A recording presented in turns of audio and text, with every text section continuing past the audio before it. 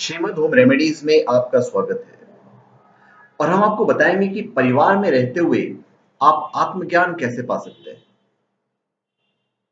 जब लोग आत्मज्ञान शब्द के बारे में सुनते हैं तो संभव है कि वे अपने मन में सबसे पहले किसी हिमालय की गुफा की छवि बनाते हों।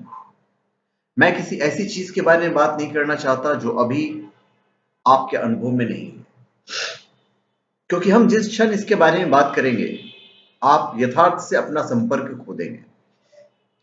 अगर आप ऐसे यथार्थ के बारे में विश्वास करने लगेंगे जो कभी आपके अनुभव में नहीं है, तो आप उस यथार्थ से भी अपना संपर्क खो देंगे जिसमें आप जी रहे हैं। दुर्भाग्य से दुनिया में धर्म और आध्यात्मिकता के नाम पर यही हो रहा है।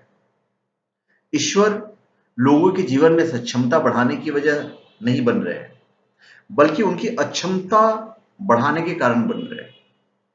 लोगों को लगता है कि ईश्वर ही उनके भोजन, उनके जीवन यापन, उनकी सेहत और व्यवसाय का ध्यान रखेंगे। इसलिए खुद को जानने के लिए हम किसी रहस्यमयी तरीके की बात नहीं करते हैं। हम इसके लिए सबसे व्यवहारिक तरीके की बात करते हैं जिसके जरिए खुद को जाना जा सकता है। मैं रूपी मशीन को जानना होगा। अगर आप किसी भी चीज का इस्तेमाल करना चाहते हैं, मान लेते हैं कि आप मोटरसाइकिल या कार चलाना चाहते हैं, तो बेहतर होगा कि आप पहले उस मशीन के बारे में अच्छी तरह से जान लें। अच्छी तरह से आप उस मशीन को जानेंगे, आप उतनी ही अच्छी तरह से उसे संभाल पाएंगे। चाहे कार हो या कंप्यूटर हो या आपका फोन, आप जिस किसी चीज का इस्तेमाल कर रहे हैं, अगर आपको उसके बारे में बेहतर जानकारी होगी तो आप उसका उपयोग बेहतर तरीके से कर पाएंगे। ऐसा ही आपके आसपास के लोगों, आपके परिवार, दोस्तों या आपके साथ काम करने वालों के लिए भी है। आप उन्हें जितना बेहतर जानेंगे, उनके साथ काम करना और जीना उतना ही आसान होगा। यही चीज आप अपने बारे में क्यों नहीं समझते? जीवन के इस अंश को जिसे आप मैं कहते हैं, आप जितना जानेंगे, आपके लिए इसे संभालना और इस तक पहुंचना उतना ही सहज हो जाएगा। दूसरे शब्दों में आत्मज्ञान एक तरीका है जीवन के इस अंश को आपकी अभी की समझ की तुलना में काफी बेहतर तरीके से समझने का हो सकता है।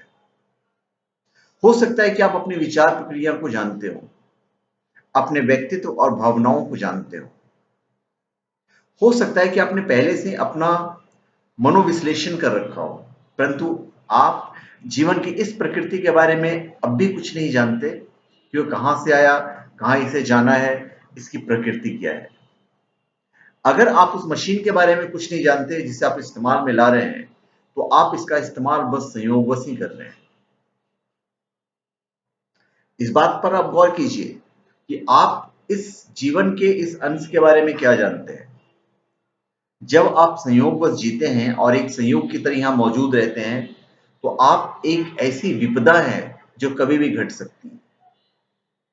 भले ही आप विपदा बने या ना बने, पर आप में एक संकट बनने की पूरी क्षमता है। अगर आप एक संभावित विपदा की तरह हैं, तो आपके लिए बेचैनी और भय के साथ जीना बहुत स्वाभाविक होगा, और इस तरह आप जी भी रहे हैं। आत्मबोध होना चाहिए। आत्मबोध का कोई ऐसा विचित्र सी चीज नहीं माने जिसे कुछ योगी हिमालय की गुफाओं में पाते हैं। ये ऐसा नहीं है। बस अगर आप जीवन को एक खास तरह की सहजता के साथ जीना चाहते हैं, तो आपको जीवन के इस अंश को कुछ अच्छी तरह से समझना होगा। अगर आप इसकी पड़ताल कर इसे नहीं जानेंगे, तो आप सहजता और सरलता से कैसे जी सकते हैं? तो आप सहजता और सरलता से जी ही नहीं सकते। जब सहजता और सरलता नहीं होती है, तो आनंद का प्रश्न ही नहीं पैदा होता। जब जीवन में आनंद नहीं होगा, तो प्रश्न उठेगा, हम रहें या न रहें। लोग प्रायः इसे समझदारी से भरा सवाल मानते हैं, जबकि आप खुद से इससे बड़ा मूर्खतापूर्ण सवाल नहीं पूछ सकते। ये जीवन प्रक्रिया अपने आप में इतनी विलक्षण है कि आप ऐसा सवाल पूछ रहे हैं।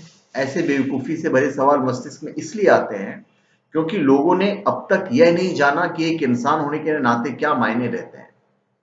आत्मबोध कोई चुनाव नहीं है, यह तो आपके जीवन में अनिवार्य तौर पर होना ही चाहिए।